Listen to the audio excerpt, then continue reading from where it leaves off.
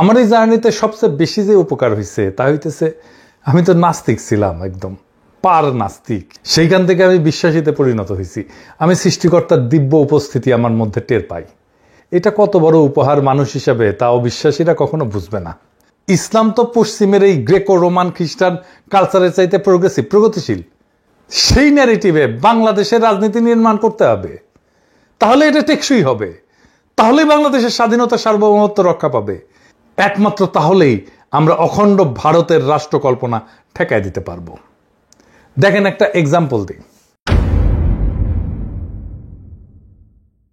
চরমনায়ের পীর সাহেব উনারে শরিয়া আইন নিয়ে খালেদ মহিউদ্দিন নাস্তানাবুদ করে দিল। ওই শরিয়া কি এখন অন্য পৃথিবীতে অন্য জায়গায় চালু আছে? এরকম কোন উদাহরণ কি আমরা দেখবো? মানে আমরা এরকম শরিয়া দেখতে চাই বা এরকম শরিয়া দেখতেছি, ধরেন এই পৃথিবীর অন্য কোন আমাদের শরিয়া আমাদের দর্শন, হ্যাঁ আমাদের দর্শন, আমাদের শরিয়া, হ্যাঁ হ্যাঁ আমাদের কোরআন ও হাদিসের মধ্যে দেয়া আছে। এখনকার কোন রাষ্ট্র আছে কিনা? আমার মধ্যে দেখেন এখনকার কোন রাষ্ট্র ব্যবস্থা আছে কিনা, এরকম রাষ্ট্র ব্যবস্থা আছে কিনা? আফগানের মধ্যে আপনি দেখতে পারেন শরিয়া অনেক বেশি। কার মধ্যে? আফগানিস্তানের মধ্যে। আফগানিস্তানের মধ্যে। আপনি আফগানিস্তানের মতো একটা বাংলাদেশ বানাতে চান? হ্যাঁ, বানাতে চাই। আর ইরানের মতো? দেখেন, ইরানের ব্যাপারটা হলো, যেখানে ইরানের যদি ভালো ভালো যে দর্শনগুলি আছে, ইরানের যে ভালো দর্শন, ওকে, যেটা শরিয়াতে সাংঘর্ষিক না। আমেরিকার যে ভালো দর্শন, শরিয়াতে সাংঘর্ষিক না। ইংল্যান্ডের কোনো ভালো দর্শন, শরিয়াতে সাংঘর্ষিক না। রাশিয়ার কোনো ভালো দর্শন, যেটা ইসলামের সাথে সাংঘর্ষিক না। এরকম জনগণের স্বার্থে। ওকে ওকে, তাহলে আমি মোরলেস মনে করতেছি যে আফগানিস্তানে এখন যে শরিয়া ভিত্তিক রাষ্ট্র ব্যবস্থা চালু আছে, আপনি বাংলাদেশে আপনারা যদি নির্বাচিত হন তো সেরকম একটা শরিয়া ভিত্তিক রাষ্ট্র ব্যবস্থা চালু করতে চান, তাই তো? এই হইতেছে বাংলাদেশের সেকুলার স্ট্যাবলিশমেন্ট, যে শরিয়া আইনকে একটা পরিত্যাজ্য ভয়ঙ্কর আইনি ব্যবস্থা হিসেবে দেখাইতেছে। সেকুলারদের এই পুরা ন্যারেটিভ, এবং চরমনায়ের পীর সাহেব দাঁড়াইতে পারলেন না আর্গুমেন্ট নিয়ে। সেকুলারদের এই পুরা ন্যারেটিভ ভেঙে দিতে হবে। বাংলাদেশের 82% মানুষ শরিয়া আইন চায়, তো এইটাকে কি আপনি গণ অভিপ্রায় বলবেন না? কিন্তু এইটা নিয়ে ইসলামী রাজনীতি যারা করেন তারাও কথা বলতে ভয় পান। তাদের কাছে এটা ব্যাখ্যা নাই, যেন ইন্ডিয়া এসে মেরে ফেলবে এটা বললে। এই জায়গায় আমি আবিষ্কার করছি আমি খুব সহজে পাল্টা ন্যারেটিভ দাঁড় করাইতে পারবো, শক্তিশালী ন্যারেটিভ দাঁড় করাইতে পারবো, সুরমার করে দিতে পারবো ওদের ন্যারেটিভ। ইন্ডিয়ান ন্যারেটিভ সব কয়টা জয় বাংলা করে দিতে পারবো ইনশাল্লাহ। আপনারা দেখছেন এর মধ্যে আওয়ামী লীগের পতন হয়েছে 2024-এ, কিন্তু তার রাজনৈতিক ন্যারেটিভ জয় বাংলা হয়েছে আগে। আমি বলতেছি না যে আমি একাই করছি, আরো অনেকেই করছেন। তাই ইন্ডিয়ারে বাংলাদেশে পরাস্ত করতে হইলে তার ন্যারেটিভ পরাস্ত করতে হবে, এইটাই এখনকার কাজ। তাছাড়া বাংলাদেশের স্বাধীনতার সার্বভৌমত্ব আমরা রক্ষা করতে পারবো না। এই লড়াইয়ে আপনি হাসিনা বিরোধী লড়াইয়ে যারা সাথে ছিল তাদের অনেককেই শত্রু হিসেবে আইডেন্টিফাই করবেন, তারা আপনার শত্রু হয়ে দাঁড়াবে। আপনারা দেখতেছেন কারা শত্রু হয়ে দাঁড়াইতেছে। 5ই আগস্ট আমার জন্য একটা বিশেষ দিন। এই দিনই আমার আত্মগোপনে যাইতে হয় 2018 সালের 5ই আগস্ট। আল্লাহর কি অসীম কুদরত, ঠিক 6 বছর পরে হাসিনা শাহীর পতন ঘটে। সেই একই দিনে সে দিল্লি পলায়। আজ সেই মহিমান্বিত দিন, যেদিন আমরা বিজয়ী হয়েছিলাম। মূল আলাপে যাওয়ার আগে আমার আত্মগোপনে যাওয়ার ঘটনাটা একটু জানেন নি, আপনারা অনেকেই হয়তো জানেন না, জানার আগ্রহ আছে। 2018 সালের 5ই আগস্ট তখন নিরাপদ সড়কের আন্দোলন চলতেছে। ওই দিনই ফটোগ্রাফার শহীদুল আলম গ্রেপ্তার হন, আর আমাকে ডিজিএফআই এর কচুক্ষেতের অফিসে ফোন করে ডাকা হয়। বলা হয় চা খাইতে ডাকতেছে, কারণ আমার সাথে আলাপ আছে। আমার সাথে আলাপ আছে তো যে কোনো জায়গায় সে আলাপ হইতে পারে, আমার বাসায়, অফিসে, কোনো কফি শপে, কিন্তু তাদের হেড অফিসে কেন? কোনো উত্তর নাই। আমি কইলাম অন্য জায়গায় আসেন, আমার অফিসে আসেন, বাসায় আসেন। এটা কফি শপে যাই, ওনারা যাবেন না, আমার চাপাচাপি করে ওই সন্ধ্যাতেই যাইতে হবে, ওনাদের অফিসে ঢুকতে হবে আমারে। তখন আমি অধিকারের সাথে কাজ করি, গুম নিয়া, টর্চার নিয়া, ওই আবরার ভাই, শহীদুল আলম, ওনাদের সাথে গুমের ডকুমেন্টেশন করি। এইভাবে ফোন কইরা ডিজিএফআই ডাকে, আকরামুলকে এইভাবে ডাকছিল। আমি লুকায় পড়ি। পরদিন ডিজিএফআই আমার বাসা অফিস রেড করে, আমার বাসার সামনে পাহারা বসায় 24 ঘন্টা। বাসার লোক বাইরে গেলে তারে ফলো করে। যাই হোক, 5 মাস আমি নানা জায়গায় লুকায় থাকি। এই ছবিটা আমার পরিবারের সাথে শেষ ছবি দেশে। আগের দিন 4 আগস্ট আমার বাবার সাথে আর শেষ দেখা হয় নাই। ওই ছবি তোলার পরে আমার নানার টুপি পড়া মৌলানা বেশে ছবি, দাড়িওয়ালা ছবি দেখেছেন না আপনারা অনেকে, ওইসব সেই টাইমের ছবি। আমার নিয়ে বিখ্যাত পত্রিকা টেলিগ্রাফ স্টোরি করে ওই অগাস্ট মাসে, আমার দুনিয়ার কাছে প্রমিনেন্ট ব্লগার হিসেবে পরিচয় করায় দেয়। ভয়েস অফ আমেরিকা ছাপে, আরো অনেকেই ছাপে। যাই হোক, তারপরে 5 মাস পরে আমি ব্যাংকক হইয়া প্যারিসে আসি। এই আলাপ আর দীর্ঘ করি না, আমি সেই কষ্টের যন্ত্রণার ইতিহাস আপনাদের বলতে চাই না, কিন্তু আমি ভয়াবহ সময় পার করছি। সবকিছু শেষ হয়ে গেছে আমার বাংলাদেশের সমস্ত ক্যারিয়ার ডুম হয়ে গেছে। বাংলাদেশে একটা ব্যবসা ছিল, খুব ভালো ব্যবসা ছিল, সেটা ধ্বংস হয়ে গেছে। এইখানে চলতে পারি না, অনিশ্চিত ভবিষ্যৎ, কি করব, কোথায় থাকবো, এ বয়সে চাকরি খুঁজে পাবো কিনা জানি না। একের পর এক চাকরির দরখাস্ত করি, ডাকে না। ফার্নিচারের দোকান আছে না ইকেয়া, আপনারা চেনেন, সেখানে ফর্কলিফট অপারেটরের চাকরিতে অ্যাপ্লাই করেছিলাম, সেখানেও নেয় নাই, বলছে এই চাকরি তুমি করবা না। কত রকম মানুষ কতভাবে সেই চরম ভালনারেবল টাইমে আমার প্রতারণা করছে, তার হিসাব নাই। এর মধ্যে আমার বগুড়ার আর ঢাকার বাসায় নিয়মিত পুলিশ হানা দেয়, একের পর এক মামলা দিতেছে, ভয়ঙ্কর ভয়াবহ অবস্থা। যাই হোক, এসব বললাম যে এই টাইমটা ছিল আমার জন্য একটা রোলার কোস্টার রাইডের মতো। আপনি যখন সবচেয়ে ভালনারেবল, সেই সময় আপনি রোগাক্রান্ত হন। আপনি যখন সবচেয়ে দুর্বল, আপনার রোগ প্রতিরোধ ক্ষমতা যখন সবচেয়ে কম, তখন আপনাকে ব্যাকটেরিয়া ভাইরাস আক্রমণ করে। আমারও করেছে, হ্যাঁ, সোশ্যাল ব্যাকটেরিয়া, সোশ্যাল ভাইরাস এই সমাজের।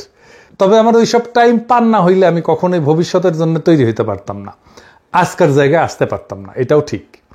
যাই হোক, আমার এই জার্নিতে আমি কি কি শিখলাম, আর কিভাবে হাসিনা উৎখাতে ভূমিকা রাখলাম, কেন রাখলাম, কোন তরিকায় রাখলাম, সেইটা এবার একটু আলাপ করি। আমার এই জার্নিতে সবচেয়ে বেশি যে উপকার হয়েছে তা হইতেছে, আমি তো নাস্তিক ছিলাম, একদম পার নাস্তিক। সেইখান থেকে আমি বিশ্বাসীতে পরিণত হয়েছি। আমি সৃষ্টিকর্তার দিব্য উপস্থিতি আমার মধ্যে টের পাই। এটা কত বড় উপহার মানুষ হিসাবে, তা অবিশ্বাসীরা কখনো বুঝবে না। আমার মনে কোনো মৃত্যু ভয় নাই, আমার কোনো কিছু পাওয়ার আকাঙ্ক্ষাও নাই সৃষ্টিকর্তার সন্তুষ্টি ছাড়া। আর আমি জানি, আমি যদি মানুষের, মানব সত্তার, দেশের সামান্যতম উপকার করতে পারি, এই দুনিয়ায় সৃষ্টিকর্তা আমাকে রক্ষা করবেন। কথাটা সত্য। আমাকে মাটিতে হুতায় ফেলার চেষ্টা করছে একজন না, একাধিক মানুষ। কতজন? বাঙ্গু সুশীল, বাম, হিন্দুত্ববাদী, সোকল্ড সেকুলার, নাস্তিক, আওয়ামী লীগ, কেউই পারে নাই। আমি জানি পারবেও না। আমি এই অ্যাক্টিভিজমে আবিষ্কার করলাম বাংলাদেশের সবচেয়ে বড় সংকট, সেটা হইতেছে বাংলাদেশকে একটা রাষ্ট্র হিসেবে গড়ে উঠতে দিতে চায় না কে? ইন্ডিয়া। তার অখণ্ড ভারত কল্পনায় বাংলাদেশ তার অংশ। এটাই আমাদের বিপদ। সেই বাংলাদেশ অংশকে সে আদর্শিকভাবে পদানত করবে, অথবা এমন শাসক রাখবে যে তার অনুগত। এটাই হাসিনার শাসন। আর সেই শাসন একটা ফ্যাসিস্ট শাসন হয়ে উঠবে, কারণ সেটা সংখ্যালঘুর শাসন। সে হাসিনার শাসন টিকে থাকার প্রধান এবং প্রথম শক্তি তার সোকল্ড লিবারাল সেকুলার প্রগতিশীল শক্তি, যেটা তাকে ঘিরে রাখে। এই লিবারাল সেকুলার শক্তি ঘুরে ফিরা ভারতের বয়ানি ফেরি করবে। এই শক্তিটা ভয়ানক, কারণ তারা সংখ্যায় দুর্বল। এটি ঠিক রুয়ান্ডার মতো। সেটা কি রকম? রুয়ান্ডার 2 জাতি ছিল, হুটু আর তুৎসি। পূর্ব আফ্রিকার দেশ রুয়ান্ডা এবং বুরুন্ডির প্রধান জাতিগোষ্ঠী। হুটুরা সংখ্যাগরিষ্ঠ। রুয়ান্ডার জনসংখ্যার প্রায় 85% ছিল হুটু, আর তুৎসিরা ছিল সংখ্যালঘু, 14 থেকে 15%। এই তুৎসিরা ঐতিহাসিকভাবে গবাদি পশু পালন করত এবং তারা জমিদার শ্রেণী ছিল। বাঙ্গুল্যান্ডে যেরকম জমিদার শ্রেণী ছিল কলকাতার হিন্দুরা, ঠিক সেই রকম তারা ছিল সমাজের অভিজাত শাসক শ্রেণী। জার্মান এবং পরে বেলজিয়ান উপনিবেশবাদীরা তুৎসিদের উন্নত শাসনযোগ্য জাতি হিসেবে চিহ্নিত করে। তারা প্রশাসনে, শিক্ষায় প্রাধান্য দেয়, ঠিক একইভাবে বাংলাদেশে যেটা ঘটছে।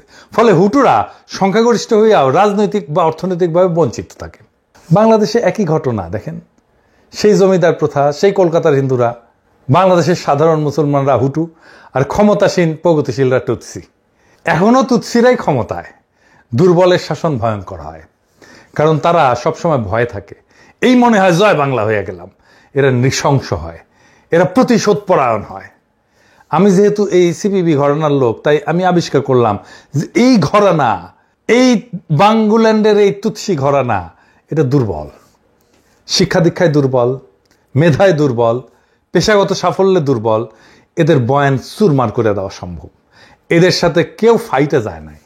কেন যায় নাই জানেন? যারা যাইতে পারতো তারা যায় নাই, সে ভয় পায় যে তাকে সাম্প্রদায়িক মৌলবাদী হিন্দু বিদ্বেষী এগুলো টেকায় দেয় নাকি। সে তার ইসলামী নাম পরিচয় নিয়ে লজ্জিত এবং বিব্রত থাকে। এই কাজটা খুব ইন্ডিয়া ভালোভাবে করছে। গতকালই একজন আমারে বলতেছে যে আমার পোস্টে এসে যে ইন্ডিয়া যেইভাবে বাংলাদেশকে দেখাইতে চায় আপনি সেই দিকে নিয়ে যাইতেছেন বাংলাদেশকে, আপনি আসলে ইন্ডিয়ার উপকার করতেছেন, আপনি বাংলাদেশের শত্রু। ইন্ডিয়া আমাদের নিয়ে কি ভাবলো সেটা দিয়ে বাংলাদেশের রাজনীতি নির্ধারিত হবে? বাংলাদেশ কি ইন্ডিয়ার ইচ্ছা অনুযায়ী চলবে? দেখলাম কে একজন কইতেছে আমার অ্যাক্টিভিজমের ফলে পশ্চিমবঙ্গে বিজেপি জিতবে, পশ্চিমবঙ্গে বিজেপি জিতবে নাকি সিপিএম জিতবে, সেটা নিশ্চিত করা কি আমাদের দায় নাকি রে, নাকি দায়িত্ব? এইগুলাই ইন্ডিয়ান ফুড সোলজারদের কাজ হয়ে ওঠে বাংলাদেশে। এই বাংলাদেশের লিবারাল সেকুলাররা বাংলাদেশের শত্রু। আসলে বাংলাদেশের রাজনীতিতে অবধারিতভাবে ইসলাম থাকবে, ধর্ম হিসাবে, মূল্যবোধ হিসাবে, ভ্যালুজ হিসাবে, জীবনযাপন পদ্ধতি হিসাবে। সেটাই স্বাভাবিক, সেটাই ন্যাচারাল। আমি আমার এই অ্যাক্টিভিজমের মধ্যে আবিষ্কার করলাম এই হাসিনা বিরোধী লড়াইয়ের মূল ভ্যানগার্ড হবে মাদ্রাসা পড়ুয়ারা, ইসলামের চেতনায় বলিয়ান সাধারণ মুসলমানেরা। তাই হয়েছে আন্দোলনে মাঠে মাঠে নামাজের জন্য দাঁড়ায় যাওয়া বাংলাদেশে আগে কখনো ঘটে নাই।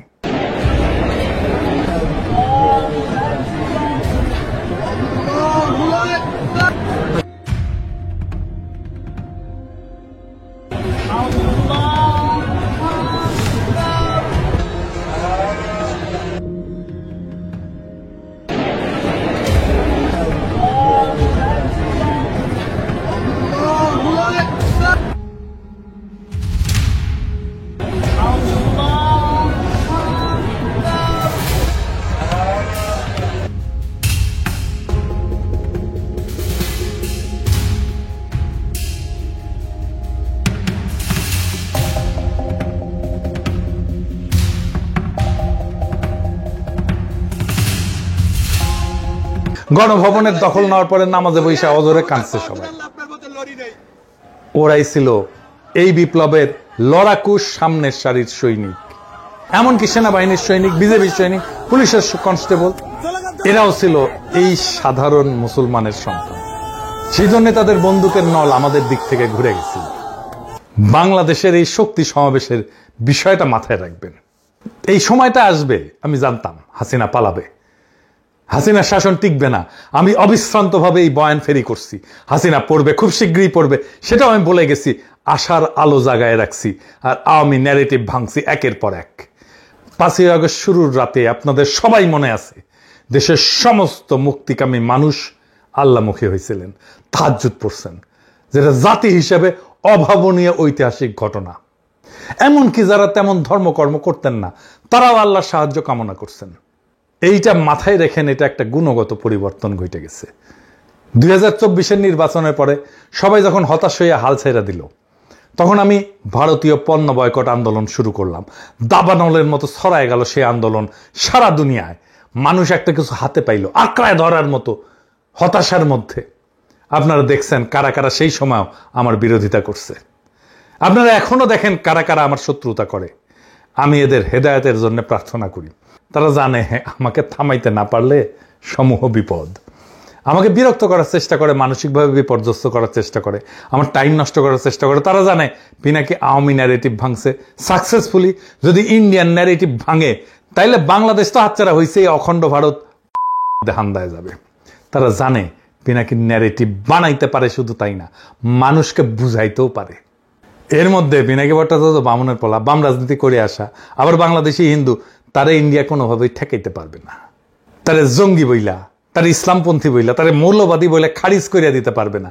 তারা মনে করে এটা ঘরের শত্রু বিভীষণ, ইন্ডিয়ার সব বয়ান ভাঙ্গা যাবে ইনশাল্লাহ। তাই তারা আমাকে হুতায় দেওয়ার সব চেষ্টা করবে। আপনারা সেটা দেখতেছেন, আরো দেখবেন। কিন্তু আমি বলছি তারা আমার ফিরতে পারবে না। হাসিনা পতনের পরে ঠিক 1 বছর হইল, আমরা আগাইছি নাকি পিছাইছি? এই প্রশ্ন অনেকেই করতেছেন, অনেকের মধ্যে হতাশা। আসেন এই ব্যাপারটা একটু বুঝে দেখি। আমাদের লক্ষ্য হচ্ছে বাংলাদেশের ভবিষ্যৎকে সুরক্ষিত করা। বিএনপি, জামাত আর এনসিপি যদি ন্যূনতম কয়েকটা ইস্যুতে একমত হয় তাহলে দেশ রক্ষা পাবে। 1 নম্বর হইতেছে যেই দল ক্ষমতায় যাবে তারা কিভাবে বিরোধী দলের সাথে আচরণ করবে, তারা কি শান্তিপূর্ণভাবে ক্ষমতা হস্তান্তর করবে, তারা কি দমন নিপীড়ন করবে, তারা কি ভোটের ফল মাইনে নেবে? ভোটকে কি প্রভাবিত করবে না? এই প্রশ্নগুলোর উত্তর থাকতে হবে। 2 নাম্বার, বিরোধী দল সরকারের সাথে কিভাবে আচরণ করবে? তারা কি আওয়ামী লীগের মতো 200 দিন হরতাল করবে? 3 নাম্বার, ভারত কি আবার স্পেস দিবে? আবার মাতব্বরি করার জায়গা দেবে, দাদাগিরি করতে দেবে এবং ভারতের অন্যায্য আচরণকে মেনে নিবে? 4 নাম্বার, ইসলাম প্রশ্নটাকে কিভাবে ডিল করবে? সেকুলারদের কায়দায় ডিল করবে? 5 নাম্বার, বাংলাদেশ রাষ্ট্রটাকে যেটা আমরা গড়তে পারিনি সেটাকে কি গড়বে? দেখেন, এইটাকে যদি আমার ভবিষ্যতের পলিটিক্যাল ইকোসিস্টেম হিসেবে কল্পনা করি, সেইখানে দেখেন এই 3 দল এনসিপি, জামাত, বিএনপি এই সমস্ত পয়েন্টে একমত হইতে দ্বিধা করবে না। এবার বলেন তো বিএনপির ভাইরা, আওয়ামী লীগ কি এর কোনোটা মানবে বা মানছে বা মানার ইতিহাস আছে? নাই। তাই যারা আওয়ামী লীগকে ভোটে আনার কথা বলে বা আওয়ামী লীগ নিষিদ্ধের বিরুদ্ধে বলে, তাদের থেকে দূরে থাকবেন, তাদের দিয়ে প্রভাবিত হবেন না, কারণ তারা এই ইকোসিস্টেমটা ভেঙে ফেলবে। দেখাই দিয়ে একজনকে খুব বিএনপি প্রেমী আসছে, তাসনিম খলিল, যে আওয়ামী লীগ নিষিদ্ধের বিরুদ্ধে বলে, আওয়ামী লীগকে নির্বাচনে আনতে চায়। সাবধান থাকবেন এদের ব্যাপারে। আজ 1 বছর পরে হিসাবের খাতা খুললে অনেকেরই মনে হবে আমরা যেই পথ পরিক্রমা শুরু করছিলাম সেই পথের শেষের মঞ্জিলে কি পৌঁছেছি? যেই মঞ্জিলের উদ্দেশ্যে যাত্রা শুরু করছিলাম সেই মঞ্জিলের ধূসর ছায়ার আহ্বান কি শুনতে পাই? প্রিয় দেশবাসী, একটা রাষ্ট্রের নির্মাণ আর অগ্রযাত্রার পথে শুধু যাত্রা আছে, শেষ নাই। পেছনে যাচ্ছিল, সামনেও তাই। এই পথে তীর্থ নাই, আছে তীর্থযাত্রা। আমরা সবাই সেই তীর্থহীন তীর্থের যাত্রী। কবিতার ভাষায় বলি, আজও তাই এ পথের শেষ নাহি পাই। জীবনের প্রথম প্রভাতে বিনা দ্বন্দ্বে বিনা প্রশ্নে উন্মুক্ত দুহাতে তীর্থপথ মহাদীক্ষা করেছি গ্রহণ। দিবসান্তে আজ যেন মন নাহি ভোলে সেই দীক্ষা। তীর্থ নয়, তীর্থপথ আমাদের মনে যেন রয়। ইনকিলাব জিন্দাবাদ।